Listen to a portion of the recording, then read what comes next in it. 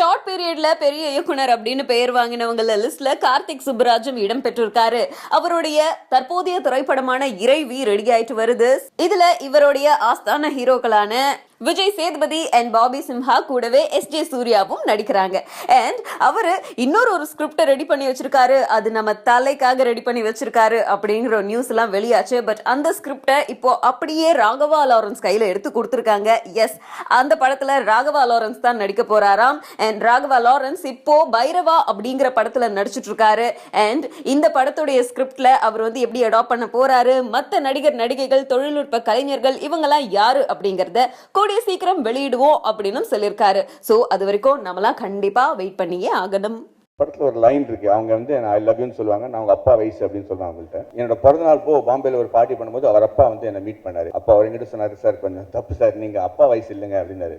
ஏன்னா அவர் என்னோட 2 வயசு கம்மியா வயசுல.